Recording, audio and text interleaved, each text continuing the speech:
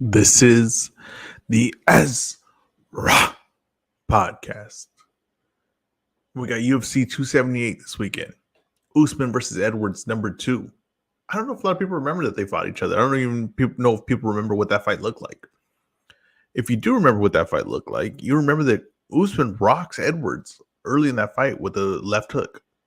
Now, Usman's knocked out a lot of guys. We know that Masvidal hurt Gilbert Burns, hurt Kobe Covington. Just put a beating with guys with his hands. He's actually kind of known for that now, right? But at the point when this fight happened, he was not known for that. He was a takedown guy. He was a grappler, and his hands were very stiff, very sloppy. And the fact that he hurt Edwards, who's always been the stand-up guy, at that point of his career, is kind of troubling going into this fight. Now, Edwards, no doubt about it, improves from that fight going forward. One issue, though, is he never really fights a guy like Kamaru Usman. He never fights a wrestler to that level. He never fights a style like that. And he never really fights any fighter at the level of Usman. So he goes on a good winning streak, but it couldn't be just the opponents that he gets. And when he does get like a really, like credible name, I guess, like Nate Diaz, who really is way undersized 170 pounder, he wins the fight, but he has a very shaky moment at the end, right? He gets rocked. And I think a big point of this fight is just going to be durability and strength. See, I don't look at Leon Edwards as a big 170. I actually think he's kind of an undersized 170. He's kind of like middle of the pack 170. I think Usman's a very strong 170. Now, Usman's age is going to play a factor, of course, because he's getting up there. He's about 35 years old, especially with his bad knees.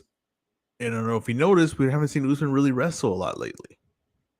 One time he consistently wrestled was Masvidal, right? The first Masvidal fight. And now his kind of wrestling is just more of a threat to make his stand-up easier, to make his shots a lot cleaner. Let me pull. I got to pull the fight poster. Right, to make his stand-up easier for him, because people are constantly afraid to get taken down. So they're constantly watching for that. Then that makes it easier for him to put his punches together. Now, you see when a guy can stop his takedown, or a guy's not afraid of his takedown, like a guy like Kobe Covington, the Usman kind of resorts back to his old sloppy ways of stand-up, and that the takedown threat is very important for him to have good stand-up in a fight. Now, Leon Edwards, we know he's gone on this win streak, but how much has he improved? Now, I think he's definitely a much better fighter. I think he's much calmer, much more aware and capable of taking advantage of when guys miss. And he's just, to me, he's well-rounded, and he's lands takedowns of his own. He's come into his own as a fighter. There's no doubt about that. I still think that if Usman has the cardio and the strength to shoot takedowns 24/7 and get in on Edwards and force him against the fence, I think Edwards will be in a world of trouble in this fight. I think it'll look a lot similar, but with Usman with better stand-up. Because Edwards, he's a defensive striker, right? He wants to always be in the best position. Now, he does make mistakes with his stand-up, though, that can get him really hurt. He moves in, and he moves in, and as he moves in, he still stays the same level. He'll stay straight up like this. He stays straight up with his upper body, and he moves in, but he keeps that same level and slowly and pulls his head up as he moves in. Now, he can be timed with that, and that's what Nate was timing him with. And Nate was throwing the jab, and Edwards will kind of get stuck with that jab, and Nate just go with the right hand right over. So there's mistakes like that, right? He gets stuck sometimes. A lot of his defense is really by just him moving out of range. When he's moving out of range, he's very good. But when he gets stuck there and he's looking for his offense, or when he punches and someone punches with him, he's going to be right there to be hit because he stands up tall and his chin up. Like I said, Usman hurt him in the first fight. That means he can hurt him in this fight because stand-up's better. I also think that if Usman just put pressure on him, he'd probably be able to take Leon Edwards down, because Leon Edwards' strength is still going to be an issue in this type of fight, especially the fight being 5 rounds down. The last one was only 3. Now 5 rounds is going to be even more of an advantage for Usman. Now, if Edwards can stop the takedown, right, and show improvements on that, and show improvements maybe with the movement, Usman can get in on him. And like I said, we've seen diminishment of Usman going for takedowns in fights. Could just be matchups, or it could be that he doesn't have that really in his as much as before, as effective as the takedowns he had before. Then it could get very interesting, right? I think you're gonna know what this fight's gonna be right away. That happens a lot. Especially in the UFC, because it's just kind of styles make fights in a way. But I think we're gonna know right away if Leon Edwards can avoid the takedown the first 2 rounds. Usman might be in some trouble, because if he could avoid the takedown the first 2 rounds, then he probably get his confidence up. And when the striking comes, he's not worried about that. Well, Usman's gonna kind of get sloppy, and Edwards could take really big advantage of that. Now, I'm just gonna count on Usman still being able to go back to the well and get back his wrestling and get in on Leon Edwards, force him against the fence and pressure him and take him down. And then once he does that and it gets a standing, I think he'll be really effective with the stand-up as well. Because Edwards is going to be waiting for the takedown, and Usman, who gets sharper with the stand-up, when he has a guy that's prepared for looking at first takedown, he's going to land some big shots.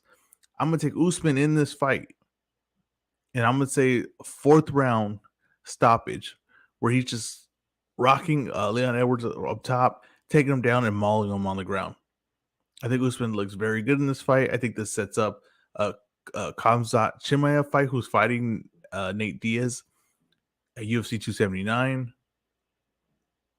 And that'll be a massive fight if both come out victorious in their next fights. Now, Edwards, like I said, if he keep the distance, if he, maybe we see just a little bit of diminishment of Usman, and he's forced into a stand-up fight with Edwards where the takedown's not a threat, I think it gets very interesting. But I just think the durability of Leon Edwards, the strength, is really going to play a huge factor in this fight.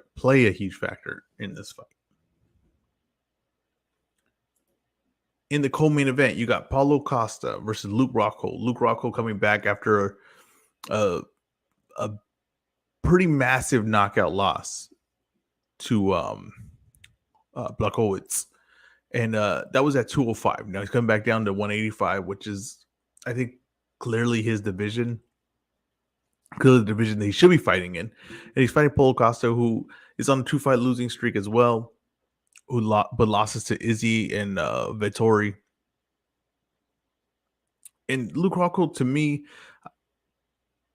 was washed when he retired last time. To me, I think he was very much diminished. And I understand that Luke Rockhold still looks the part. When he trains, you could see an athlete when he's training, you could see, like the pieces of like maybe something special. But I just think when he gets in the cage, it's just a completely different thing. When you get in the cage and the live rounds like that, he's just going to look slow. He's not going to look, he doesn't even stand up. Honestly, doesn't even look like the guys that stand up today. He looks like he's a generation behind. Now, Paulo Costa isn't the most technical stand-up guy, but he is a guy that's going to be active. He's going to force a pace. He's going to look to work, and he's going to throw some big shots, and he's durable. I think Luke Rockhold is running into something where, I always say this, it's like when a guy like Luke Rockhold, a veteran that's kind of like at towards the end of his career, but has little tricks, you don't want to fight a guy that doesn't give a crap about tricks, can't even notice them, is not even maybe good enough to notice them. He'll just run through you. He's just going to completely run at you and go for the stoppage. I mean, he's not going to notice the traps that Luke Rockhold's pretending to have, right? He's not going to see all those things. He's just going to go at Luke Rockhold. He's just going to force a pace. I think it's going to be really trouble for Luke Rockhold.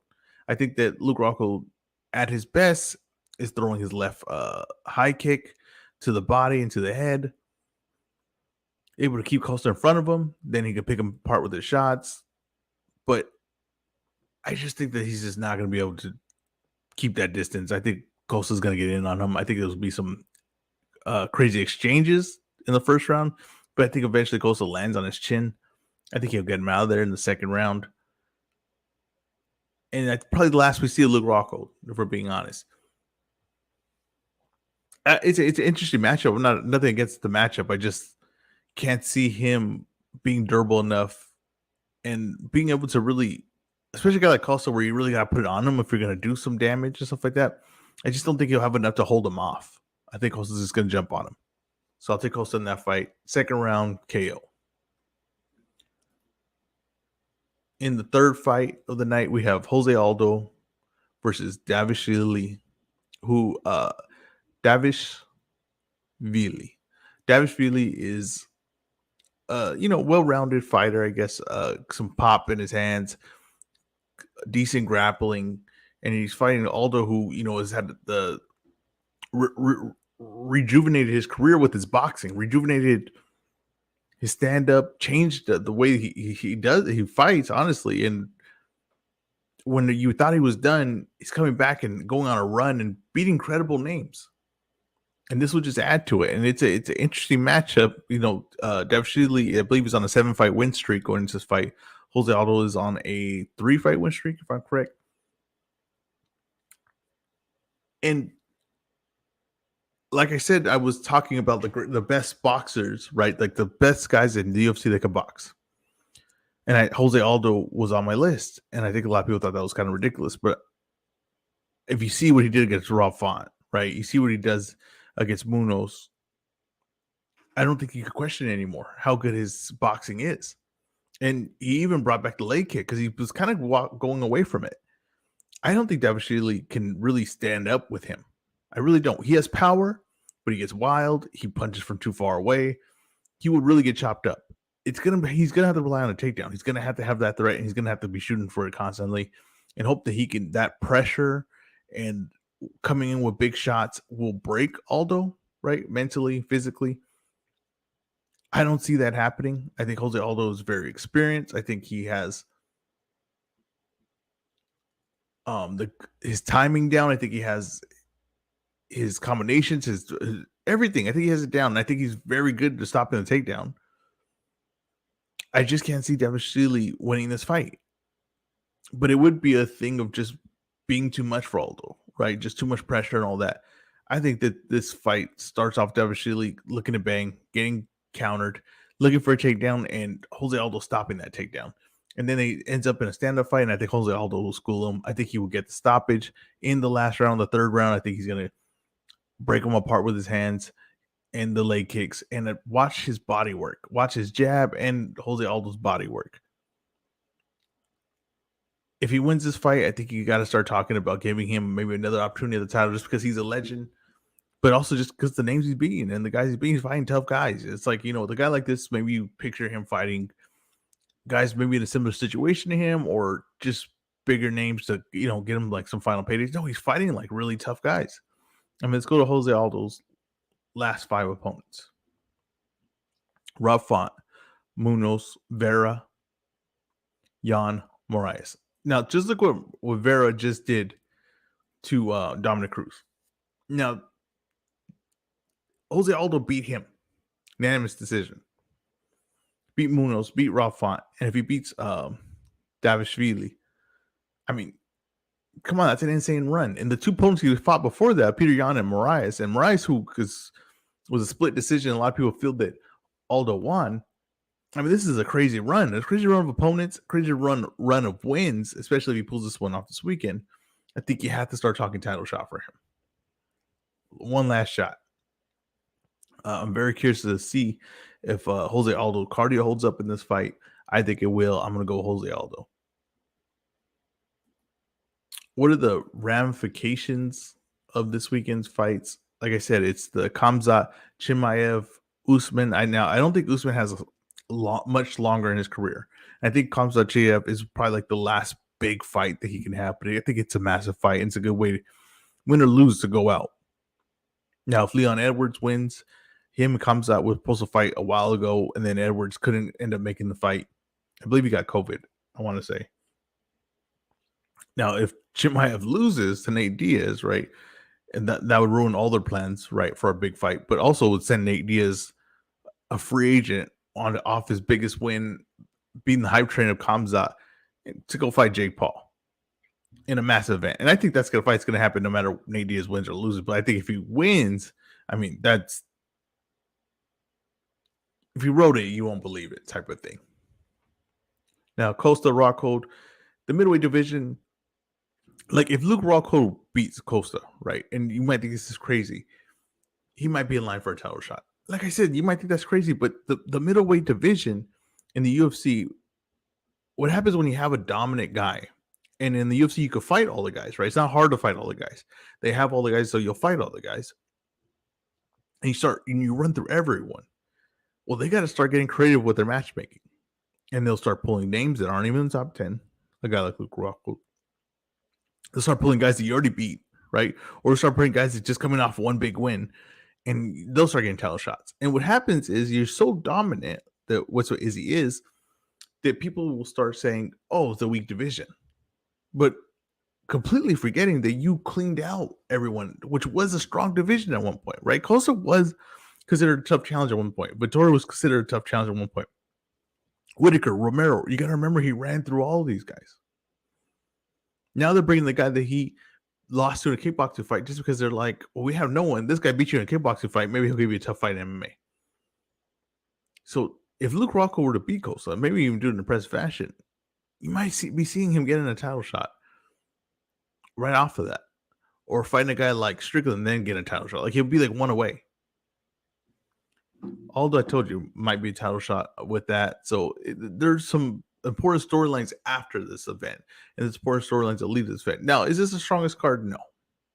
It's got some, some names, some throwbacks. The main event could be interesting or it could not be. It could be kind of a boring fight, honestly. Could be one-sided. You don't really know. You got to see by the first 2 rounds of how it plays out, what Edwards kind of threat is he and what can he defend. Thank you guys for listening. It's been the Ez Raw podcast. Please subscribe. I'm on Spotify, Apple, wherever you can find podcasts, YouTube, and follow me on Twitter, Ez Raw Boxing, on TikTok at Ez Raw Boxing.